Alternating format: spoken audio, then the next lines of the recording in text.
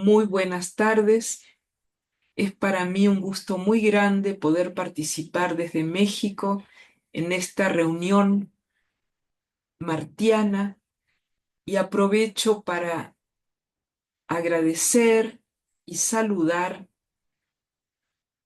a tantas y tantos colegas del Centro de Estudios Martianos, queridos amigos, y en particular a este querido amigo que es Mauricio Núñez, a quien tuve la fortuna de encontrarme en México hace algunas semanas y quien me comentó que se estaba organizando este encuentro. Un fuerte abrazo entonces y sin más, comienzo la lectura de mi participación.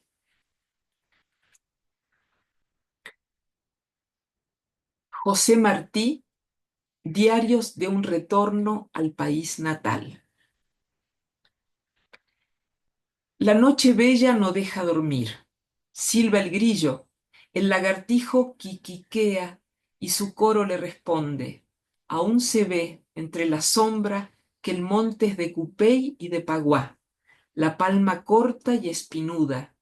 Vuelan despacio en torno las animitas. Entre los ruidos estridentes oigo la música de la selva, compuesta y suave, como de finísimos violines. La música ondea, se enlaza y desata, abre el ala y se posa, titila y se eleva, siempre sutil y mínima. Es la minada del son fluido. ¿Qué alas rozan las hojas? ¿Qué violín diminuto y oleadas de violines sacan son y alma a las hojas? ¿Qué danza de alma de hojas? Parece increíble que estas palabras, con todo el esplendor y la belleza condensados de un poema en prosa, provengan de los diarios de campaña de José Martí y hayan sido escritas al calor de las distintas tácticas y estrategias de lucha por la liberación de Cuba en un alto de los movimientos de avance por la manigua cubana. Así las presenta Mayra Beatriz Martínez en la introducción a su edición crítica de los diarios. Un centenar de pequeñas páginas de apuntes íntimos, rellenas con letra cambiante, menuda y difícil, letra dibujada en la complicidad del follaje o rasgueada sobre marcha violenta, bajo el cielo encendido o junto a un exiguo candil, componen los que denominamos hoy, con una simplicidad demasiado incongruente para su fulguración, diarios de campaña de José Martí. Son su documento final por excelencia. En efecto, unas pocas páginas en formato íntimo y ritmo eléctrico integran este conjunto que se identifica como los diarios de campaña de José Martí, esto es, el diario de Montecristi a Cabo Haitiano y el de Cabo Haitiano a Dos Ríos, escritos ambos en 1895. El primero comienza el 14 de febrero, coincide con la firma del Manifiesto de Montecristi el 25 de marzo y se cierra el 8 de abril. Ese primer diario da cuenta de la expedición que llevó a Martí de Estados Unidos a República Dominicana, Haití y la Gran Inagua en las Bahamas. El segundo diario se comienza a escribir cuando el grupo parte rumbo a Cuba y logra desembocar en La Playita, en el extremo suroriental de la isla. Cuando tocan tierra Mambí, el 9 de abril, nuestro autor escribe: Salto, dicha grande. El diario se interrumpe el 17 de mayo, 2 días antes de su muerte en campaña. Es un diario de vida cercado por la muerte. Ya estoy todos los días en peligro de dar mi vida por mi país y por mi deber. Dejará escrito el 18 de mayo de 1895, un día antes de su desaparición, en una carta inconclusa a su amigo Manuel Mercado. Estas páginas, que parafraseando el título del gran poema de Aimé Césaire he llamado Diarios de un retorno al país natal, nos deparan una de las experiencias de lectura más fuertes y conmovedoras cuando de un autor latinoamericano y caribeño se trata. Constituye un diario que nunca se cerrará, exaltado por el regreso y por la prisa, y que remite permanentemente a aquello que Ticio Escobar llama un mundo que está más allá del significante estético.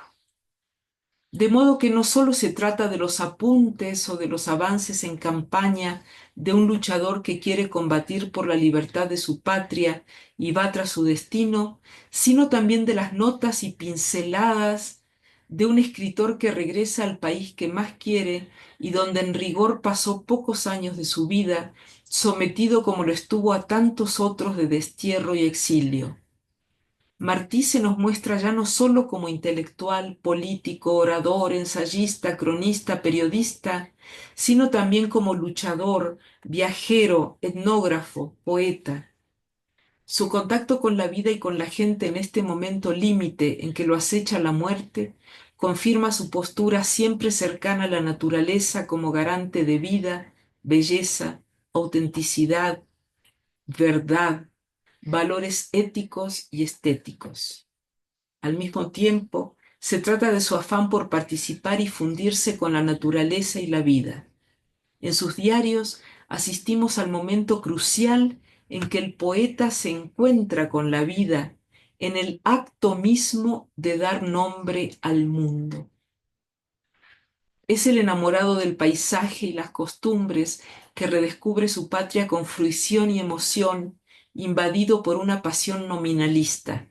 Reconocer, volver a aprender y saborear la designación local de árboles, plantas, flores, frutos, alimentos.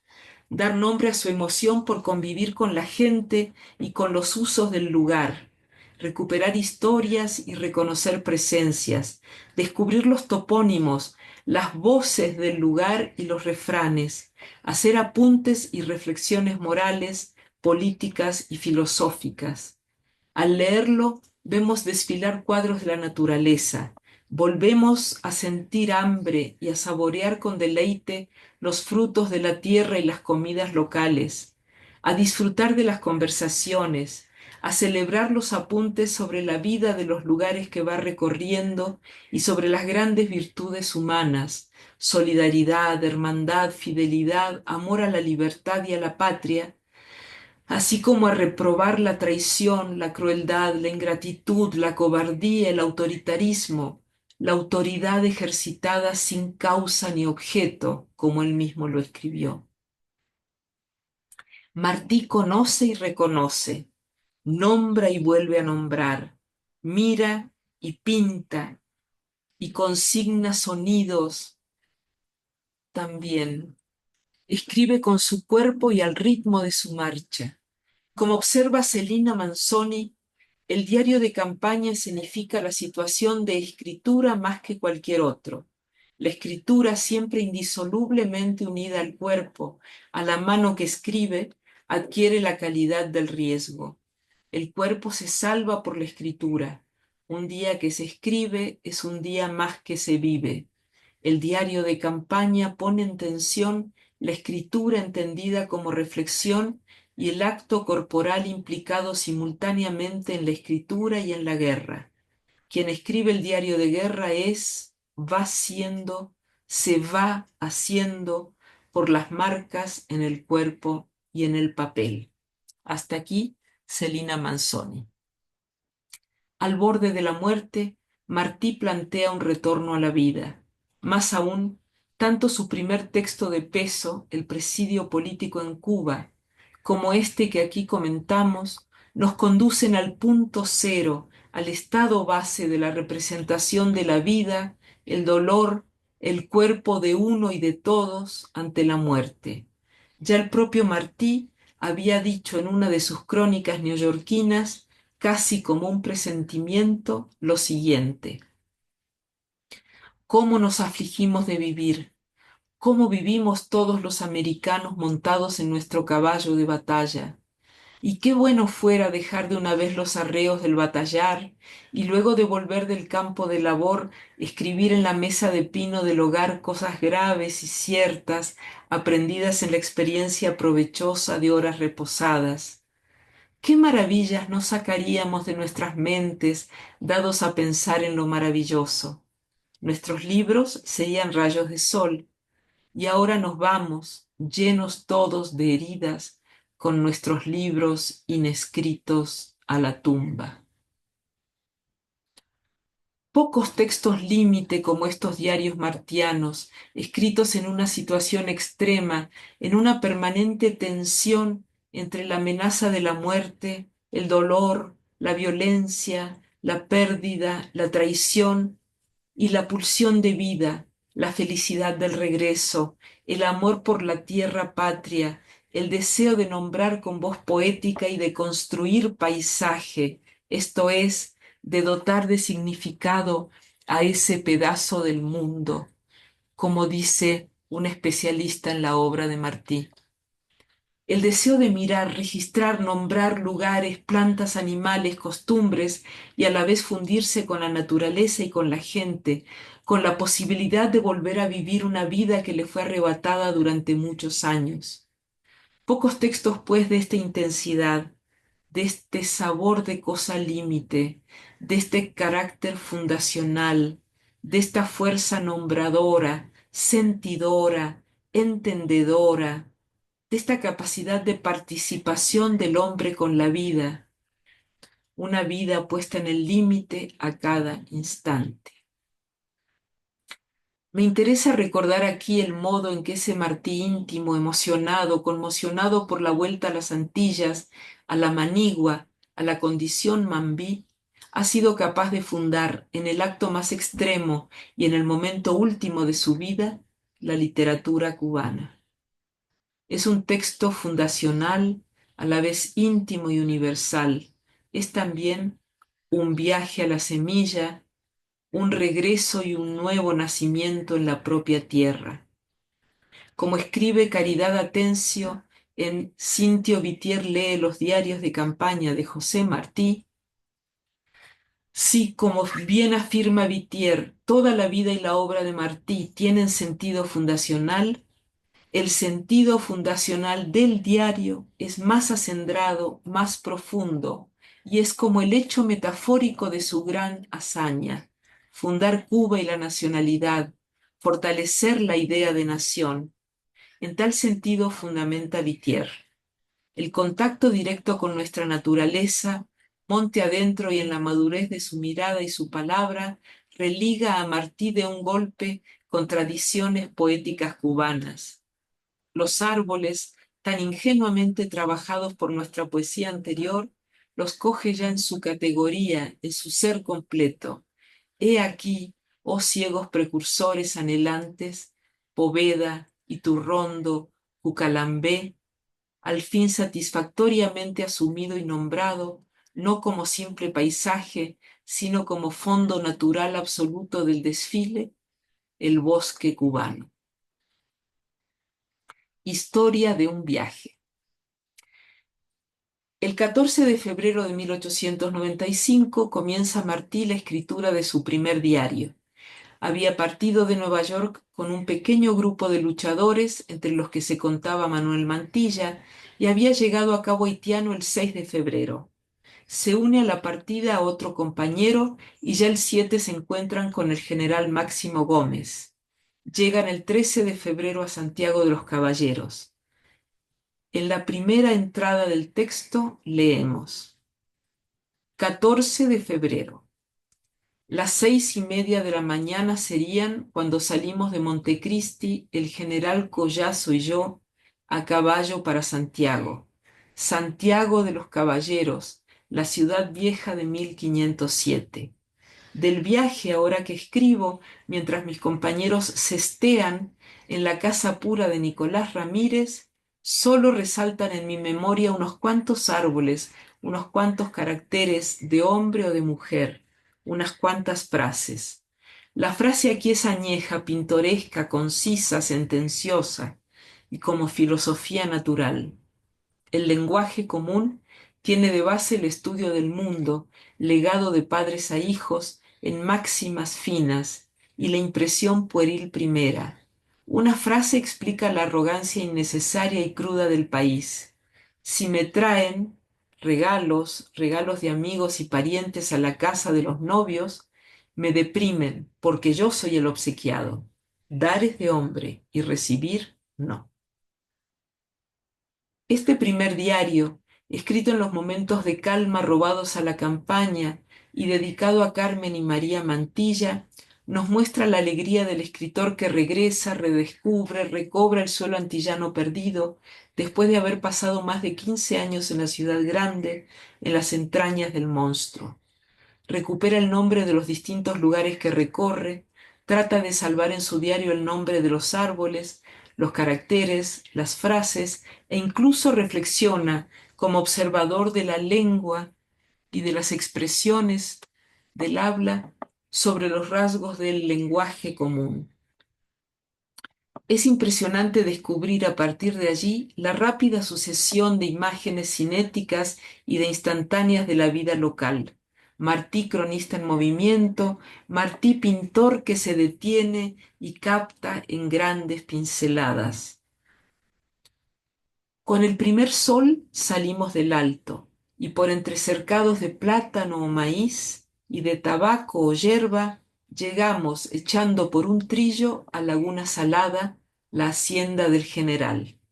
A un codo del patio un platanal espeso, a otro el boniatal. Detrás de la casa con 4 cuartos de frente y de palma y penca está el jardín, de naranjos y adornapatios, y rodeada de lirios la cruz, desnuda y grande, de una sepultura. Mercedes, mulata dominicana de vejez limpia y fina, nos hace con la leña que quiebra en la rodilla su haitiano albonó el almuerzo de arroz blanco, pollo con yerén y boniato y auyama. Al pan prefiero el casabe, y el café pilado tiene por dulce miel de abeja. Otro rasgo que me impresiona es el placer con que Martí consigna el sabor de las comidas, las honra al recordarlas con ritmo poético. Más bien disfruta y devora, y no solo por hambre o inseguridad respecto de la posibilidad de encontrar cada día el alimento, sino por enamoramiento de los sabores y olores antillanos reconquistados. Vuelve a las fuentes. La curiosidad del observador de las costumbres se hace también presente. Don Jesús viene del conuco, de quemarle los gusanos al tabaco, que da mucha briega, y recostado a la puerta de su buena casa, habla de sus cultivos y de los hijos que vienen con él de trabajar, porque él quiere que los hijos sean como él, que ha sido rico y luego no lo ha sido, y cuando se le acabe la fortuna sigue con la cabeza alta, sin que le conozca nadie la ruina, y a la tierra le vuelve a pedir el oro perdido, y la tierra se lo da, porque el minero tiene que moler la piedra para sacar el oro de ella, pero a él la tierra le da el oro hecho y el peso hecho. Al otro día por la mañana, antes de montar para Santiago, don Jesús nos enseña un pico roído que dice que es del tiempo de Colón y que lo sacaron de La Esperanza, de las excavaciones de los indios, cuando la mina de Bulla, ya le decían Bulla en tiempo de Colón, porque a la madrugada se oía de lejos el rumor de los muchos indios al levantarse para el trabajo. La capacidad de observación, la curiosidad y la mirada amorosa de Martí, pero también su oído musical y su capacidad de dar ritmo, de dar música a las escenas, nos deparan la certera descripción de escenas y aconteceres. En ese primer diario donde consigna su paso por los lugares que lo conducen a Cuba, presenta un estilo más calmo y meditado, escrito en algún retiro del largo recorrido, y en él son frecuentes los pasajes donde se toma el tiempo, se entreteje la crónica de las costumbres, la reproducción de expresiones, dichos, refranes y rasgos del habla popular, la evocación de comidas y sabores. Es de una riqueza formidable y sin embargo nos sacude aún más el segundo diario, el diario cubano, que nos muestra a un Martí en la intemperie, escrito muchas veces con el carácter de nota telegráfica, intensidad, urgencia, conforme se acerca a su destino. Mucho me impresionó hace muchos años enterarme que José Lezama Lima podía recitar los diarios de Martí de memoria, y que tanto él como Cintio Vitier los consideraron un acto fundacional o una serie de nuevos actos nacientes. El diario de Martí está en la base, en los orígenes de orígenes, y parte de su importancia clave para el grupo está en las palabras de Cintio. Leer el diario de Cabo Haitiano Dos Ríos es como leer un texto sagrado. El estilo resulta mucho más rápido, más surgido, a puro apunte y cifra. Mundos del alma se acumulan en palabras sueltas, en pausas hondas. Este diario significa el primer contacto inmediato del espíritu en el trance supremo del sacrificio con nuestra naturaleza y nuestros hombres. El sacrificio.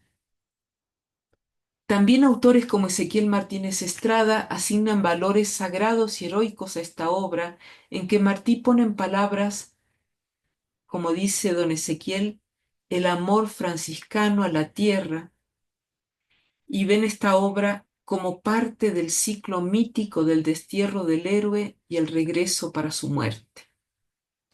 Estas interpretaciones a lo sagrado se corresponden sin duda con algunas páginas del propio Martí, y particularmente con las que dedicó a su admirado Emerson, de quien dijo, cito a Martí, su mente era sacerdotal, su ternura angélica, su cólera sagrada, y caracterizó admirado como aquel que ha visto lo que no se ve y que decía lo que veía, y que fue uno de aquellos a quienes la naturaleza se revela y se abre.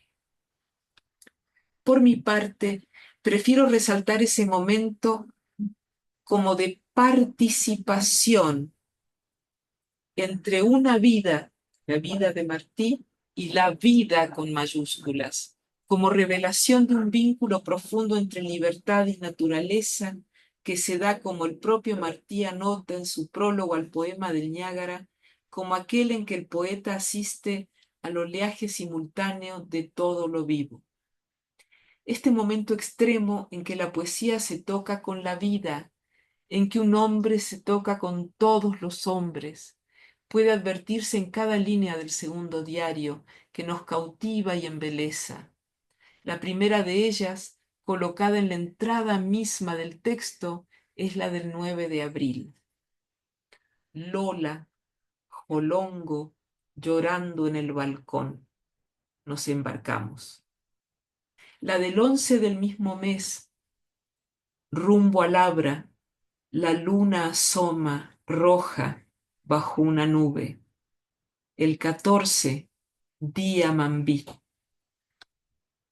A la cintura cruzamos el río y recruzamos por él, vagas altos a la orilla, luego a zapato nuevo, bien cargado, la altísima loma de yaya de hoja fina, majagua de Cuba y cupey de piña estrellada. Vemos acurrucada en un lechero la primera jutía, se descalza Marcos y sube, del primer machetazo la degüella. Está aturdida, está degollada. Comemos naranja agria. Qué dulce. Loma arriba, subir lomas hermana hombres. Por las lomas llegamos al Negecial, lindo rincón, claro en el monte, de palmas viejas, mangos y naranjas. Marcos viene con el pañuelo lleno de cocos. Me dan la manzana y ya está la jutía en una parrilla improvisada sobre el fuego de leña. De pronto, hombres, ojos resplandecientes.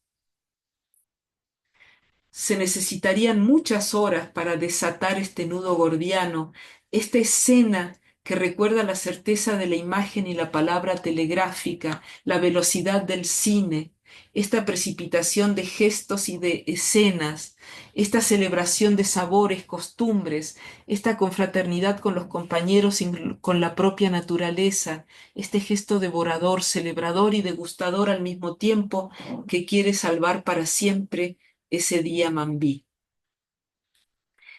El 16 de abril celebra, cada cual con su ofrenda, puñato, salchichón, licor de rosa, caldo de plátano.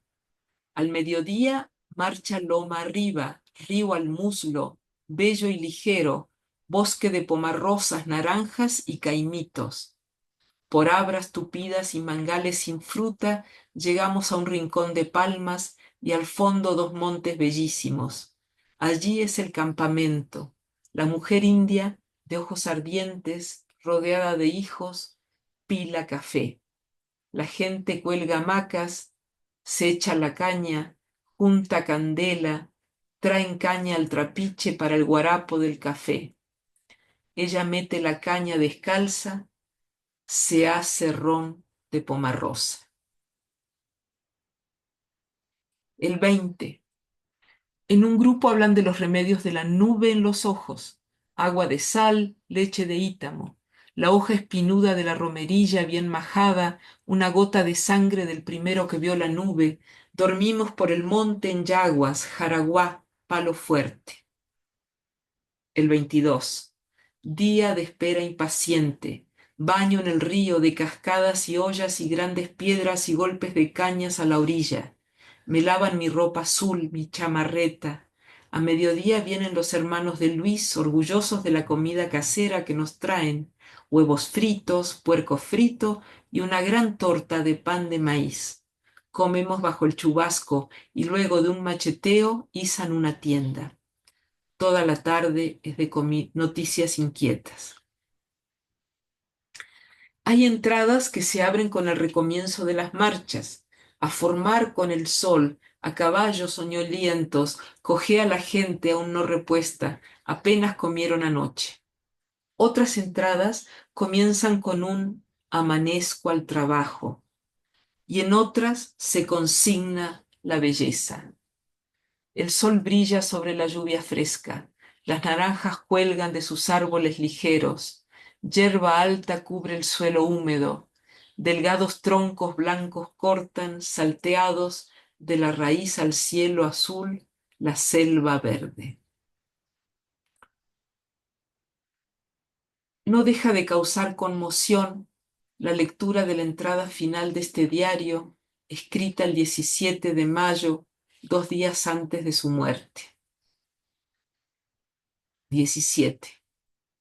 Gómez sale con los 40 caballos a molestar el convoy de Bayamo. Me quedo escribiendo con Garriga y Feria, que copian las instrucciones generales a los jefes y oficiales. Conmigo 12 hombres, bajo el teniente Chacón, con 3 guardias a los 3 caminos, y junto a mí Graciano Pérez. Rosalío, en su arrenquín, con el fango a la rodilla, me trae en su jaba de casa el almuerzo cariñoso. Por usted doy mi vida. Vienen recién salidos de Santiago 2 hermanos Chacón, dueño el uno del Arria, cogida anteayer, y su hermano Rubio, bachiller y cómico, y José Cabrera, zapatero de Jiguaní, trabado y franco, y Duane, negro joven, y como labrado en camisa, pantalón y gran cinto, y Ábalos, tímido, y Rafael Vázquez, y Desiderio Soler, de 16 años, a quien Chacón trae como hijo. Otro hijo hay aquí, Ezequiel Morales, con 18 años, de padre muerto en la guerra.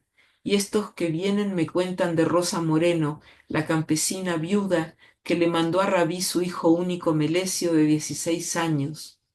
Allá murió tu padre, ya yo no puedo ir, tú ve.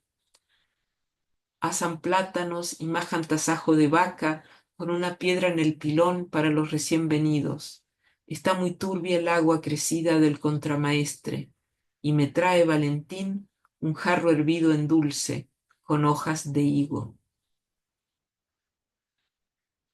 El diario permite entonces a muchos de sus más grandes críticos leer a Martí casi a lo divino, en su sentido sacrificial, en su sentido bíblico y fundacional, como un Moisés que alcanza la tierra prometida, o bien mirarlo a la luz de la figura del profeta y del héroe, como lo hizo Martínez Estrada.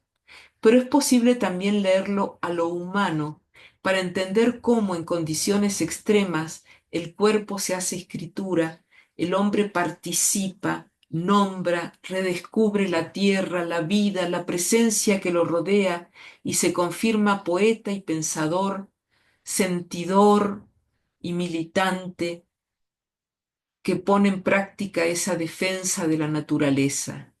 Es el hombre solo ante la naturaleza a que se refirió en tantos y recordados lugares como estos versos sencillos donde forjó una estética en que la vida tiene lugar principal. Yo soy un hombre sincero de donde crece la palma y antes de morirme quiero echar mis versos del alma. Yo vengo de todas partes y hacia todas partes voy. Arte soy entre las artes, en los montes, monte soy. Yo sé los nombres extraños de las hierbas y las flores, y de mortales engaños y de sublimes dolores. Yo sé bien que cuando el mundo cede lívido al descanso, sobre el silencio profundo murmura el arroyo manso. Una voz a la vez personal, interpersonal y universal, que figura la voz del poeta que se mide con la vida y la luz, trata de representarla, lucha con la valentía de David contra Goliat, el artista como el gran luchador, cuya mayor heroicidad consiste en haberse medido con esas fuerzas desmedidas, como anotó en sus comentarios a los pintores impresionistas. Un tema cabalmente romántico, el ser humano ante lo sublime, encuentra nueva fuerza y sentido en el modernista Martí, que pone en práctica, que convierte en militancia poética su capacidad de reencontrarse con la naturaleza y desnudarse ante la vida en ese momento límite en que lo está acechando la muerte. La capacidad de objetivación y la capacidad de entrega, de sacrificio, como lo muestran los origenistas. Yo añadiría a esta capacidad de objetivación la capacidad de participación, de hacerse uno con la gente, de hacerse uno con la naturaleza y con la patria. Ya dijimos que Martí entra en la literatura, cuerpo y escritura con un texto de la fuerza del presidio político en Cuba y se despide de ella con estos diarios que son también cuerpo y escritura desnuda, prosa urgente, celebración y lucha, capacidad de objetivación y capacidad de participación con la naturaleza. Finalmente, la metáfora misma, en cuanto figura, es también participación. Walter Benjamin planteaba la relación entre lo poético y lo poetizado, que nos permite comprender ese momento singular y único en que la palabra se encuentra con la vida, en que la poesía escrita se encuentra con lo poético y que considero captado desnudamente por los diarios. Bien hayas tú, señor de espada de fuego, jinete de caballo de alas, rapsoda de lira del roble, hombre que abres tu seno a la naturaleza. Cultiva lo magno, puesto que trajiste a tierra todos los aprestos del cultivo. Están todos los hombres de pie sobre la tierra, apretados los labios, desnudo el pecho bravo y vuelto el puño al cielo, demandando a la vida su secreto. Así lo dice Martí en su prólogo a la obra de Pérez Bonalde. Innumerables son las páginas donde Martí medita en torno de la relación entre creación y naturaleza y en que advierte, reitero, el oleaje simultáneo de todo lo vivo, como lo dice en ese mismo lugar. Los ojos desnudos de Martí que vuelven a ser un sentido entre los sentidos, la mirada del escritor y del artista que guarda memoria de los pensadores y poetas que lo educaron desde Emerson hasta Whitman, la mirada del esposo que mira de día a la patria suya como mira en la noche a Cuba y al infinito.